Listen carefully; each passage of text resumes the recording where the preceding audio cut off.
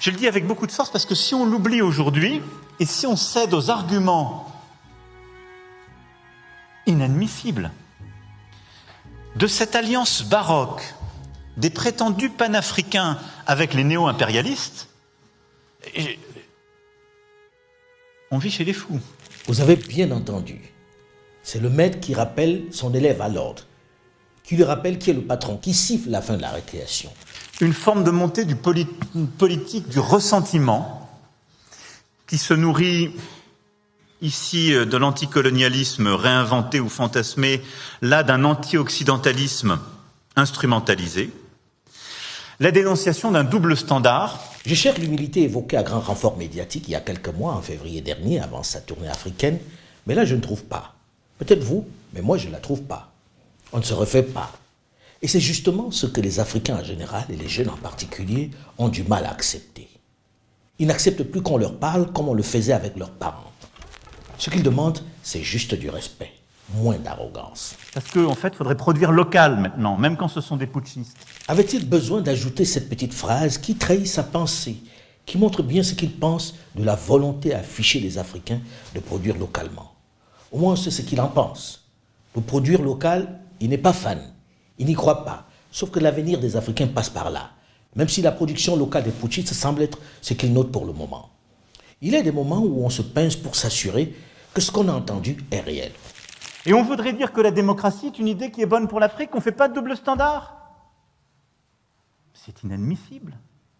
On a un homme intègre, démocratiquement élu, courageux parce que pour la première fois dans un tel cadre, il ne démissionne pas au péril de sa vie et de celle de sa famille. Et on nous explique que la bonne politique aujourd'hui, ce serait de le lâcher.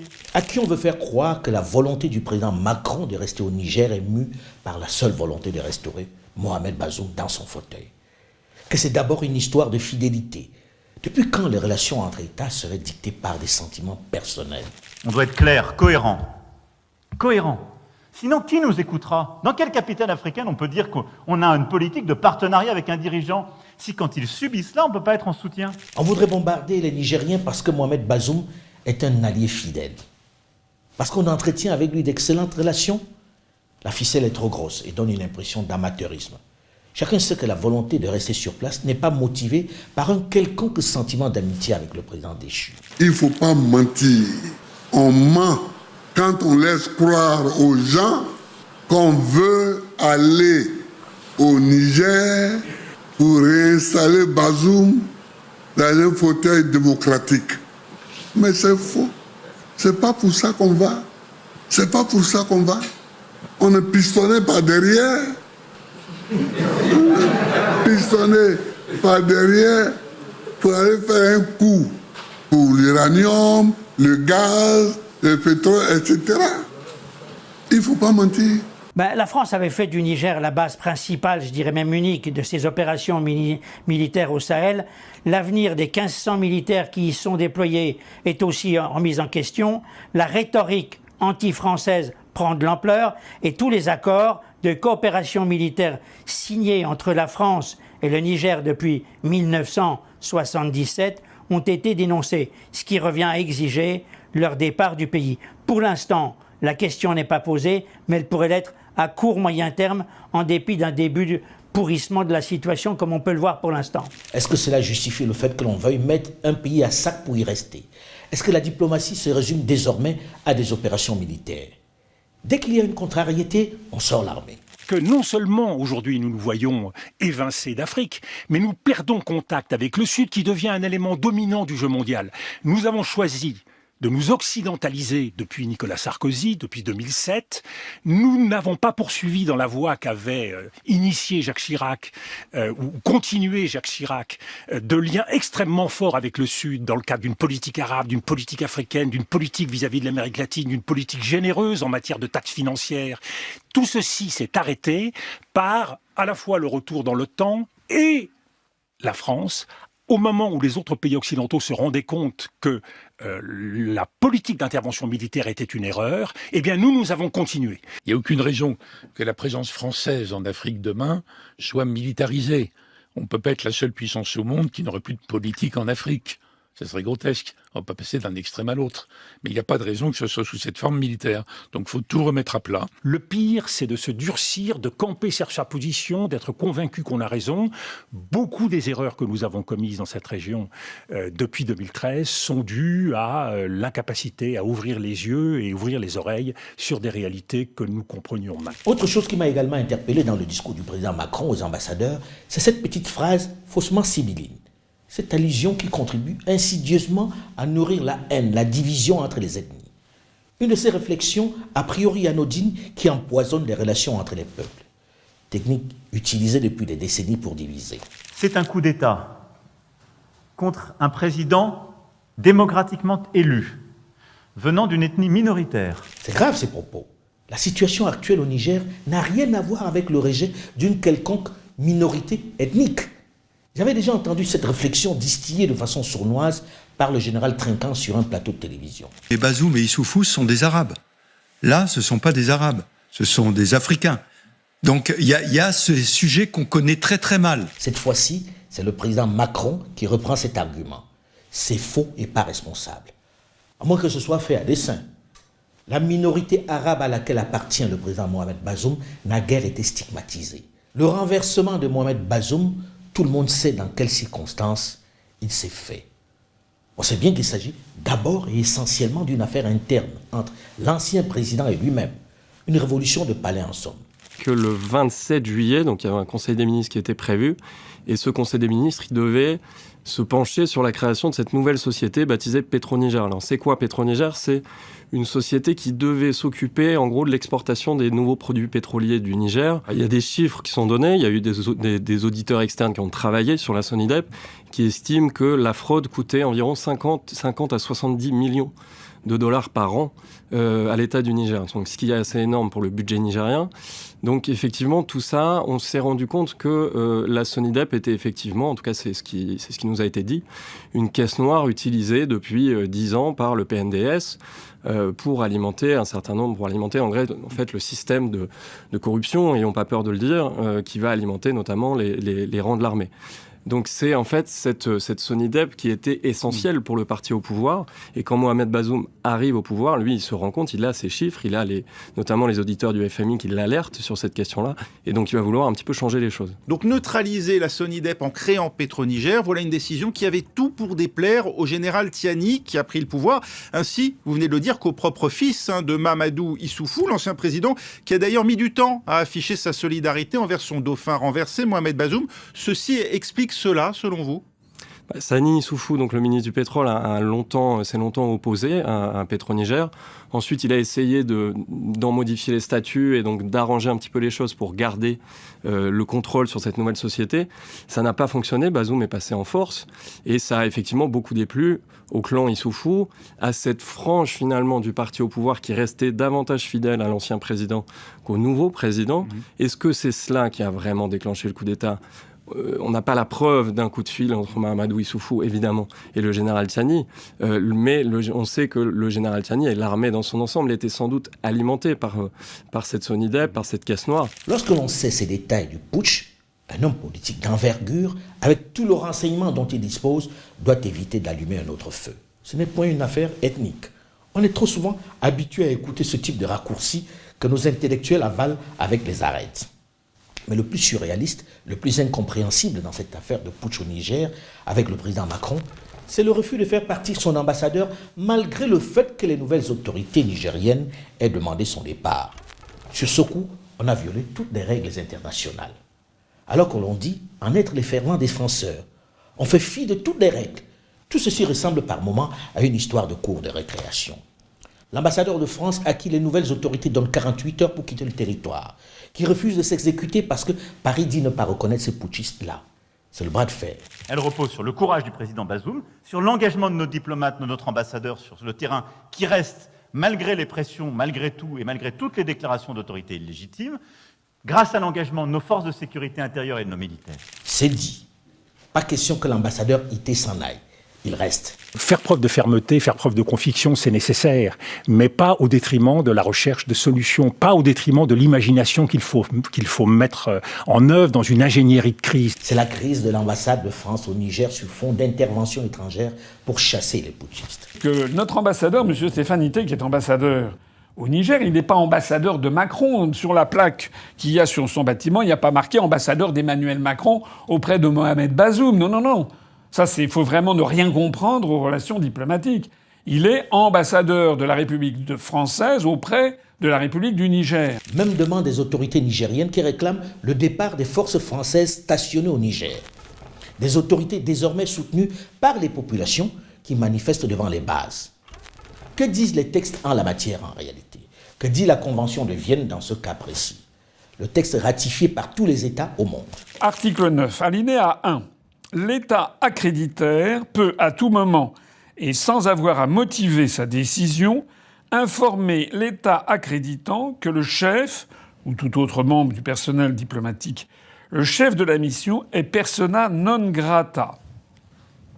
C'est exactement ce qui vient de se produire. L'État accréditaire, le Niger, a prévenu l'État accréditant, la France, que le chef de sa mission diplomatique, que l'ambassadeur, était persona non grata, il doit donc partir. Et le Niger, l'État accréditaire, a fixé 48 heures pour que ce monsieur s'en aille. Alors on poursuit l'article 9, alinéa 1. L'État accréditant rappellera alors la personne en cause ou mettra fin à ses fonctions.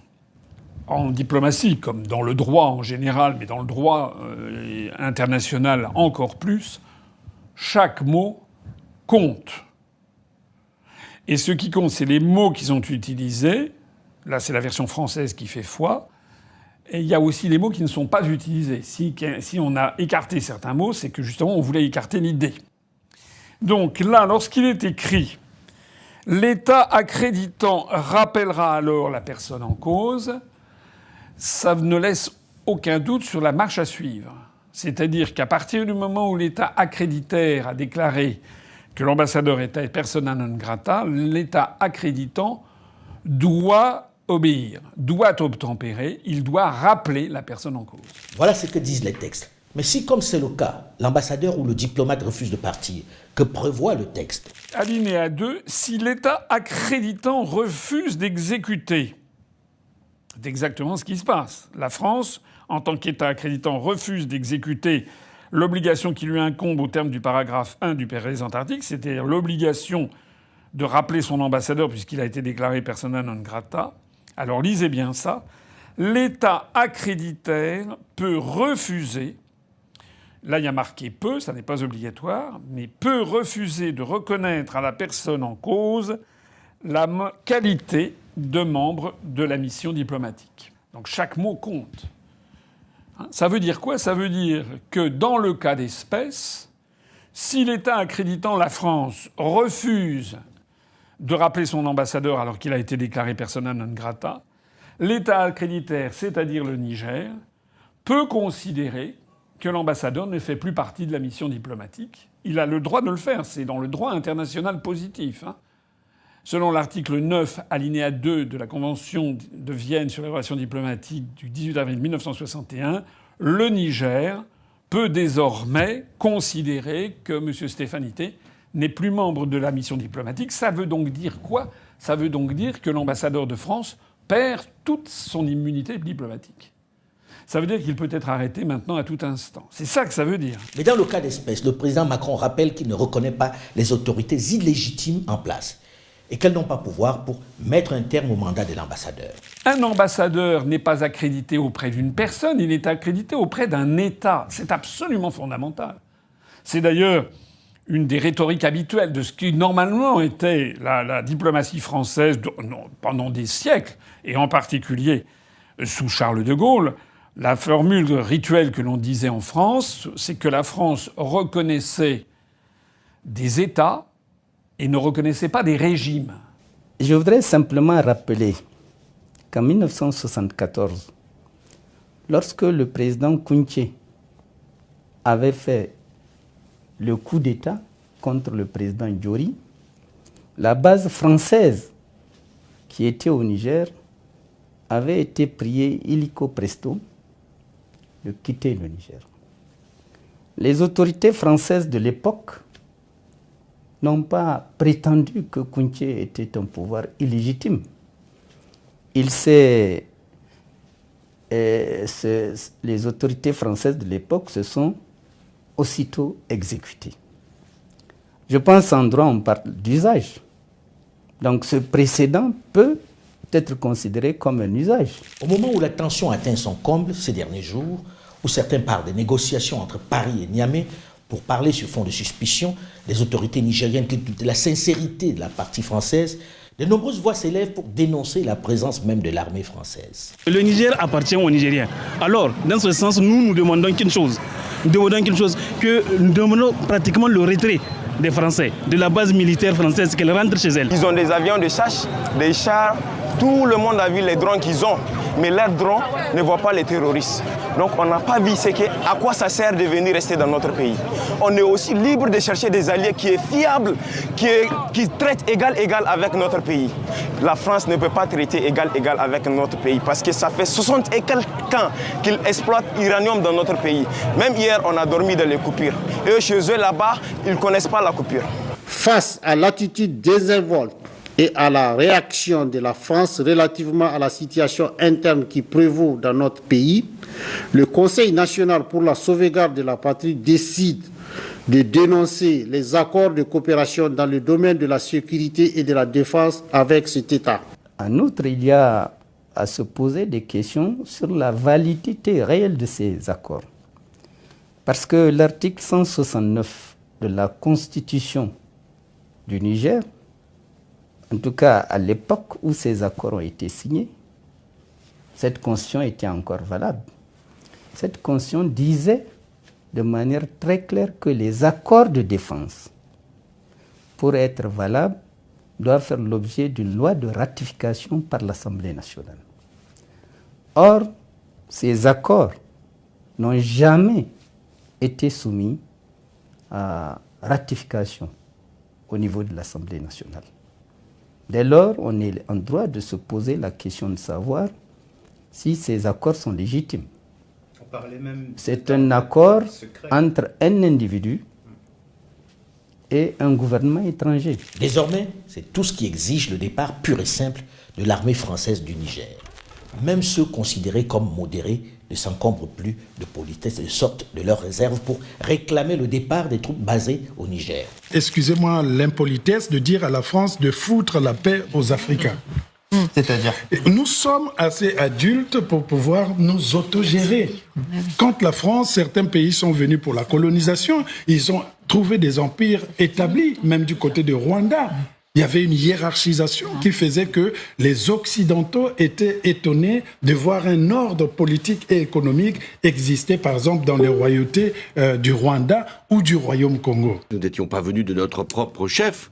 Nous n'étions pas venus parce que nous aurions des intérêts. Nous étions venus parce que nous avions été sollicités, appelés, même avec une alerte qui était prononcée bien plus loin que le Mali. La France est intervenue dès 2013 parce que des États nous ont demandé d'intervenir parce qu'ils étaient en train d'être simplement coupés en deux. Si la France n'était pas intervenue, si nos militaires n'étaient pas tombés au champ d'honneur en Afrique, si Serval puis Barkhane n'avaient pas été décidés, nous ne parlerions pas aujourd'hui ni de Mali, ni de Burkina Faso, ni de Niger. Ces États n'existeraient plus aujourd'hui dans leurs limites territoriales. Je peux vous le dire avec certitude. Nous sommes allés aider des pays amis et partenaires à défendre leur sol et à lutter contre le terrorisme chez eux. C'est un reproche qu'il faut nous faire ? C'est mal d'avoir fait ça ? De grâce, non. C'est vrai, la France est venue à la demande du Mali. C'est vrai qu'elle a stoppé l'avancée des djihadistes qui menaçaient de couper le pays en deux et d'y installer leur loi. Personne ne le lui conteste. Mais on n'est quand même pas tous frappés d'amnésie partielle. Cet argument qui veut que Paris ait sauvé ces pays des barbares est un peu biaisé, voire pas très objectif.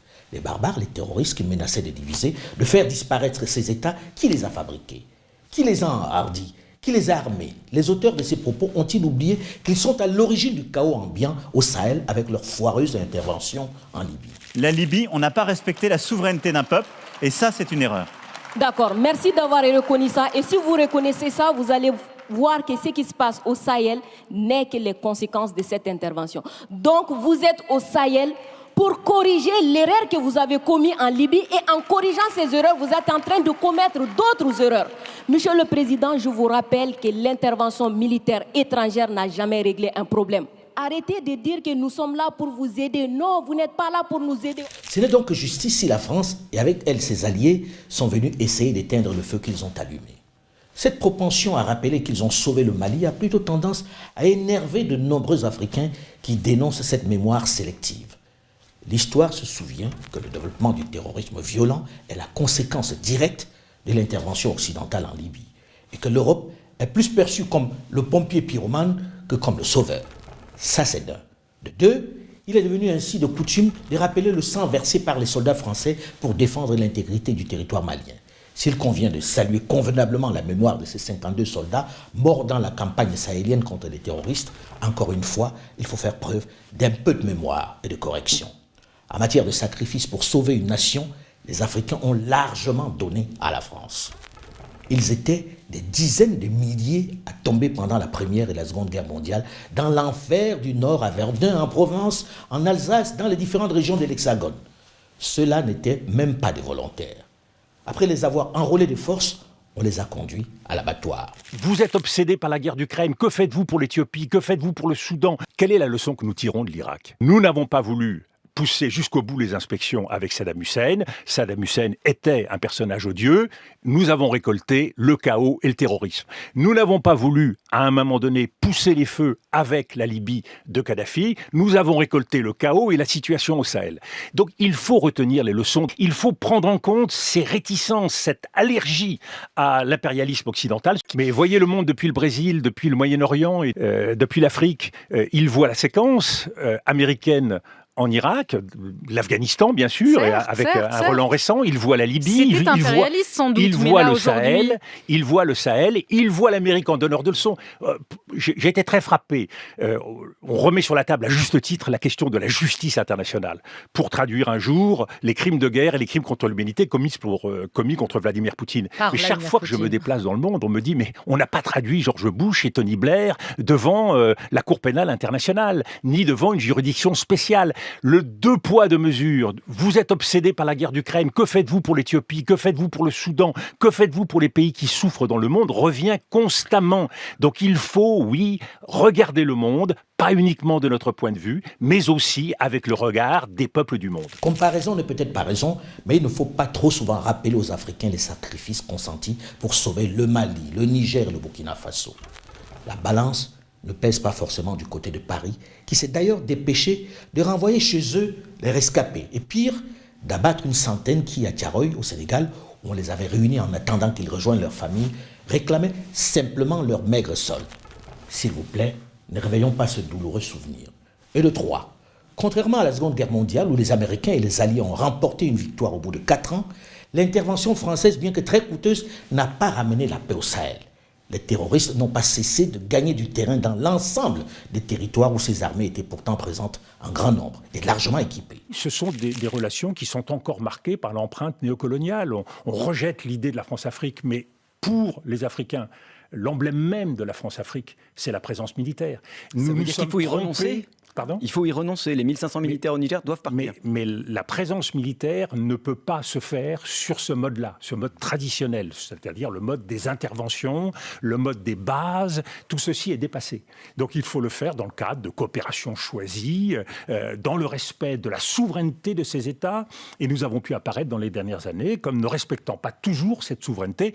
Et en plus, une intervention qui commence en 2013 et qui est toujours présente en 2023, c'est absurde. S'il y a un pays qui sait, de par son histoire, de par son engagement historique, que ce n'est pas ce qu'il faut faire, c'est la France. Je vous rappelle qu'on a expliqué au monde, dans la crise irakienne, que ce n'était pas la voie qu'il fallait choisir. D'abord, c'est un phénomène général.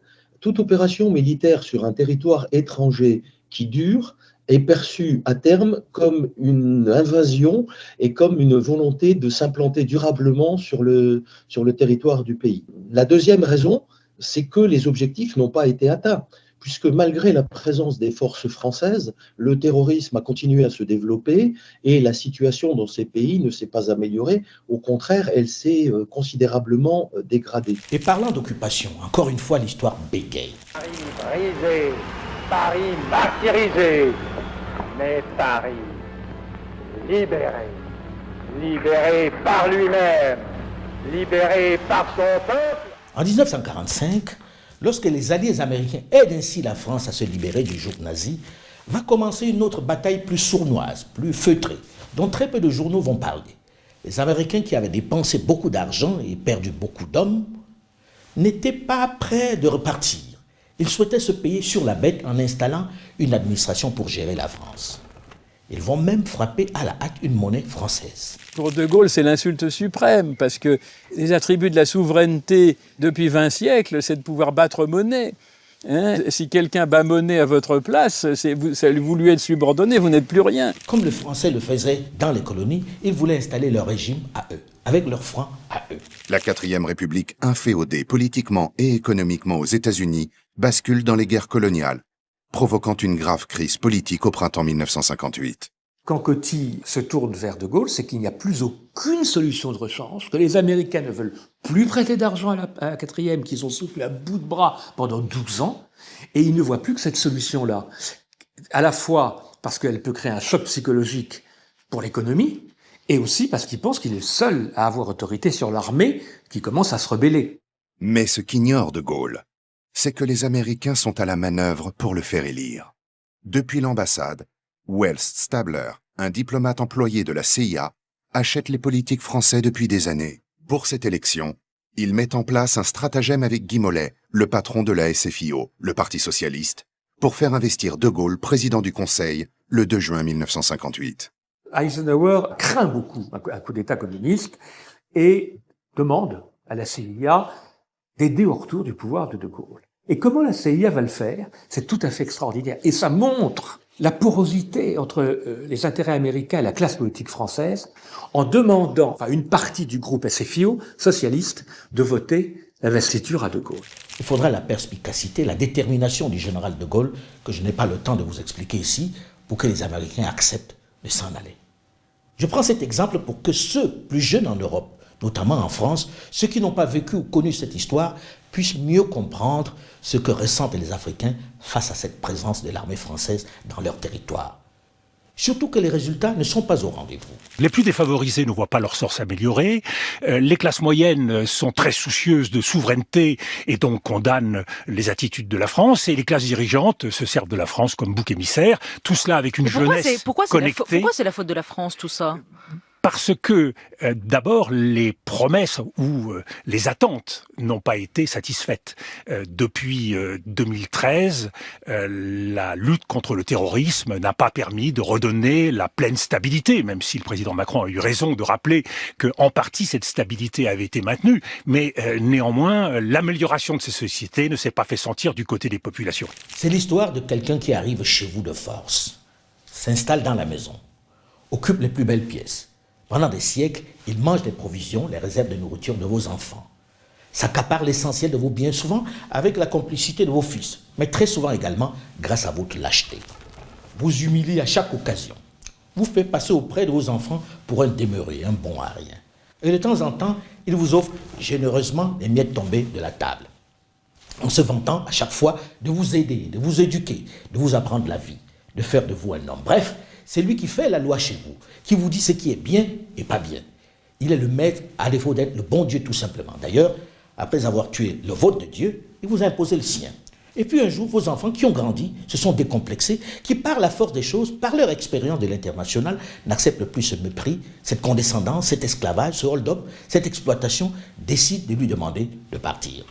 C'est gentil de nous avoir fait ce que vous nous avez fait, de nous avoir tant malmenés, tant fouettés, tant humiliés.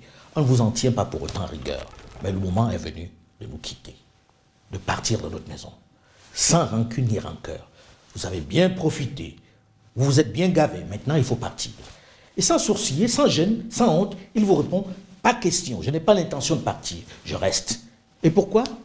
Parce que vous battez votre femme, vous élevez mal vos enfants, vous vous disputez trop souvent. En plus, il y en a parmi vous qui ne respectent pas les règles que j'ai édictées. les sacro-saintes règles qui doivent régir votre maison, la démocratie qui doit être votre Bible. D'ailleurs, il faut que vous sachiez que je suis là pour votre bien. Celui qui me demande de partir aujourd'hui, même si c'est sa maison, n'a pas le droit de m'imposer de m'en aller. Ce n'est pas le chef de famille à qui j'ai donné le pouvoir. Même si cela ne vous plaît pas, tant pis. Nous avons la force et le droit international pour nous. Si vous n'êtes pas content, c'est le même prix. Même si mes arguments ne sont pas crédibles et ne vous plaisent pas, il va falloir faire avec. Nous sommes là et nous ne comptons pas partir pour laisser la place à quelqu'un d'autre. Ah bon? Donc pour vous, en effet, pour être des larbins alors. Pour vous, si vous partiez, il faut absolument que quelqu'un vous remplace. Quel mépris. Je le dis avec beaucoup de force parce que si on l'oublie aujourd'hui, et si on cède aux arguments inadmissibles de cette alliance baroque des prétendus panafricains avec les néo-impérialistes, on vit chez les fous. Quelle condescendance lorsque l'on écoute le discours d'un président sur lequel beaucoup de jeunes Africains avaient fondé leurs espoirs de libération. Qu'est-ce qui n'a pas marché? À supposer que dans son esprit, comme dans celui de ses prédécesseurs, il voit les Africains comme des enfants à qui il faut tout apprendre, des êtres inférieurs, pauvres en esprit, à qui il faut apporter son aide. Je pense qu'il a conscience, qu'il sait que même pour un enfant, le parent doit savoir le laisser apprendre tout seul à marcher. Il doit pouvoir se lever, tomber, se casser une dent, un doigt, le nez, pour mieux comprendre comment se débrouiller seul dans la vie, pour apprendre les vicissitudes de la vie tout simplement. Pas besoin que le parent soit tout le temps derrière lui. J'ai bien dit, à supposer même que dans son esprit, il voit ainsi les Africains comme des enfants. Or, nous ne sommes pas des enfants. Jamais le titre du livre d'Antoine Glaser ne s'est autant justifié. Il y a une très profonde méconnaissance aujourd'hui par un certain nombre des autorités des nouvelles réalités africaines, des nouvelles réalités des sociétés, des nouvelles réalités des sociétés. Ce sont des pays où la jeunesse est très importante. Cette jeunesse s'informe sur des réseaux sociaux. Nous n'avons pas forcément les moyens d'accéder à elle. Nous fonctionnons très à l'ancienne. La jeunesse africaine demande, avec toute sa fougue, avec toute son énergie, qu'on laisse faire son expérience, qu'on la laisse construire son modèle. L'actuel n'a pas marché. Pas besoin d'être spécialiste pour le constater ou le mesurer. Et la jeunesse ne veut plus de faux tuteurs, de faux amis qui la volent, la spolient, en affichant de faux sentiments d'amitié. Elle a conscience que l'aide n'existe pas entre États. C'est d'abord une question d'intérêt, et elle veut veiller sur ses intérêts. C'est légitime, non? J'entends l'argument selon lequel ils vont se planter, qu'ils risquent de tout perdre. C'est possible. Mais au fait, qu'ont-ils à perdre lorsque l'on regarde l'état de tous ces pays africains? Qu'est-ce que ces jeunes qui jouent leur vie en bravant le désert, ou on les réduit à l'esclavage, ou en traversant toujours au péril de leur vie la Méditerranée, vers un hypothétique Eldorado où ils sont indésirables, peuvent-ils espérer de ce modèle que les nantis semblent défendre?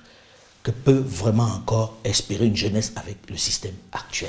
Le problème des Nigériens aujourd'hui sont des putschistes qui les mettent en danger parce qu'ils abandonnent la lutte contre le terrorisme, parce qu'ils abandonnent une politique qui était bonne économiquement pour eux et qui sont en train de perdre tous les financements internationaux qui étaient en train de leur permettre de sortir de la pauvreté. C'est ça la réalité. Le Nigérien de Yantala ou de Katako à Niamey, d'Arlit, à Gouré, dans le nord du pays, en entendant ça, doit se demander où est passé cet argent.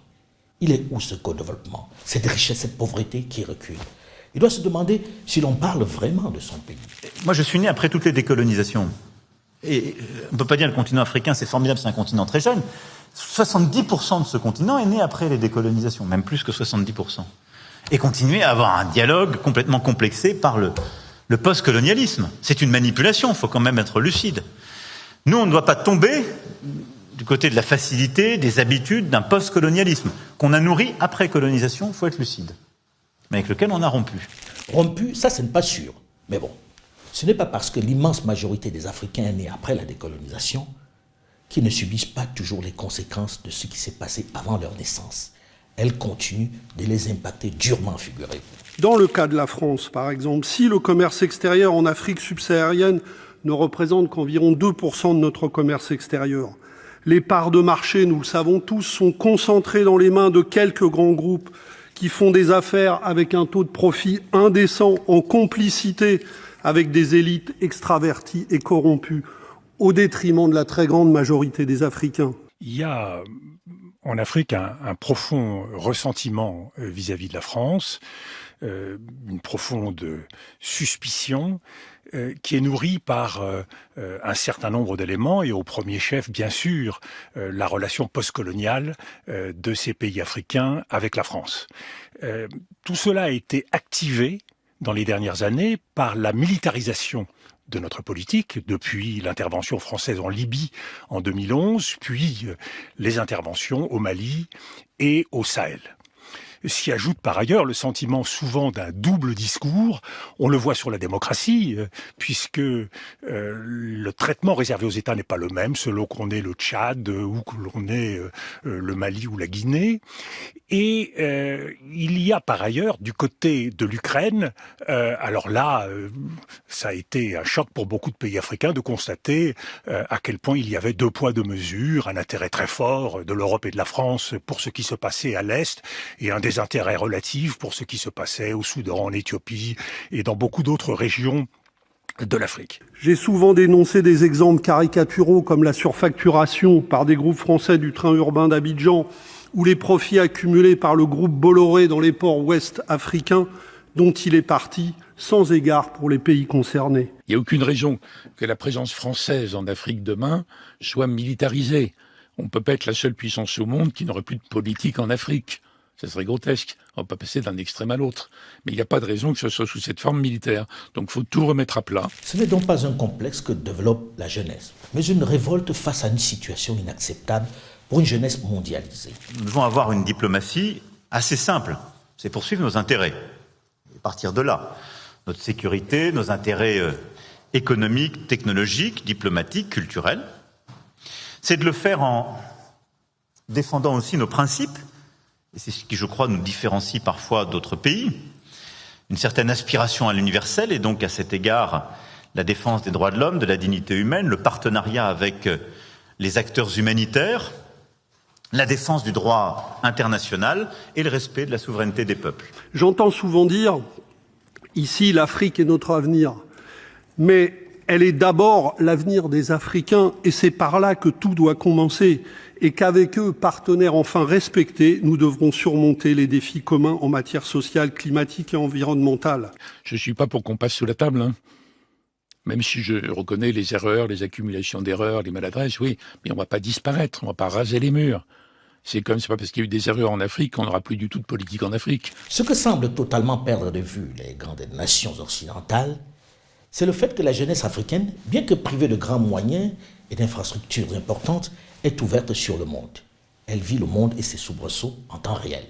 Elle voit combien le monde occidental devient obsolète. Les pays du Golfe aujourd'hui nous regardent, nous disent « Vous êtes là avec vos principes, vos droits, vos règles, vos critères du FMI. Vous êtes qui ?» Un vieux continent déclinant démographiquement, dépendant énergétiquement, incertain technologiquement. Nous allons travailler avec l'Inde, la Chine, moins exigeantes que vous, et beaucoup de pays pauvres et en développement qui préfèrent notre agenda. On les ennuie moins avec nos critères. C'est ce qui se passe dans beaucoup de pays où vous représentez la France. Quand on n'arrive pas à trouver de l'argent au FMI, on va les chercher maintenant dans des puissances du Golfe ou d'ailleurs, ou chez certaines autres poches profondes qui proposent un autre agenda avec d'autres critères, d'autres valeurs. Je ne surestime pas ce qu'a signifié le sommet de BRICS+. Enfin, il a dit quelque chose d'un appétit, d'un format alternatif. J'ai pas vu des gens frapper à la porte du G20. Cette perception de l'Europe est largement partagée par la jeunesse africaine qui demande simplement à traiter avec d'autres partenaires. Impossible de les conditionner avec des nouveaux médias qu'ils définissent déjà comme des outils de propagande au même titre que les autres qui arrosent leur continent. Vous ne comblerez pas ce fossé en lançant un média de propagande pour vanter les mérites de la politique française. N'en déplaise à ceux qui, au gouvernement et parmi nos collègues, évoquent abondamment la lutte d'influence pour tout expliquer. Le fait que l'Afrique aujourd'hui est mondialisée, il y a une ruée vers l'Afrique, et la position de la France, évidemment, est aujourd'hui beaucoup plus relative. Clairement, à elle de prendre conscience qu'elle doit traiter différemment, qu'elle n'est plus en position de monopole. Surtout que ses alliés traditionnels qui la laissaient agir sur ce terrain d'Afrique francophone en ont pris conscience et semblent désormais disposés à prendre la main. Il faut accepter qu'ils aient une pluralité de partenaires stratégiques. À défaut, nous précipiterons une évolution que nous dénoncerons peut-être avec véhémence. les Américains laissent leurs alliés français prendre les coups, ils jouent leur propre partition, celle que j'appelle la partition des faux amis. What we are experiencing now is more than a test of the post-Cold War order. It's the end of it. And what brought us to this moment will be the subject of study and debate for decades to come. But there's a growing recognition that several of the core assumptions that shaped our approach to the post-Cold War era no longer hold. And Beijing and Moscow are working together to make the world safe for autocracy through their no-limits partnership. As this competition ramps up, many countries are hedging their bets. Les BRICS constituent aujourd'hui un acteur considérable dans le jeu international.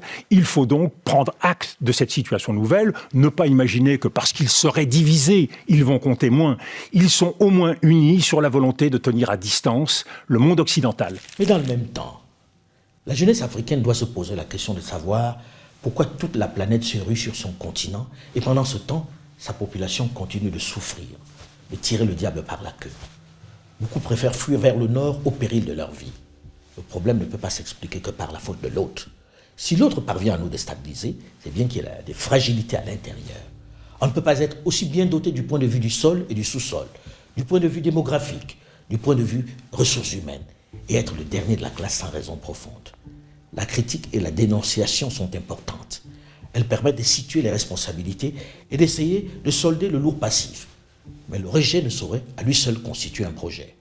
Le moment est venu de s'attaquer au mal, de déterminer les causes racines, de dresser un réel diagnostic pour élaborer un vrai projet cohérent, solide et efficace afin de remonter la pente et retrouver la place de choix qui est normalement celle de l'Afrique, le berceau de l'humanité. Cela passe par une vraie réflexion, une démarche méthodique et collective. C'est le sens de Mansa, qu'avec un groupe de personnes d'origine et de spécialités diverses, nous avons mis sur pied.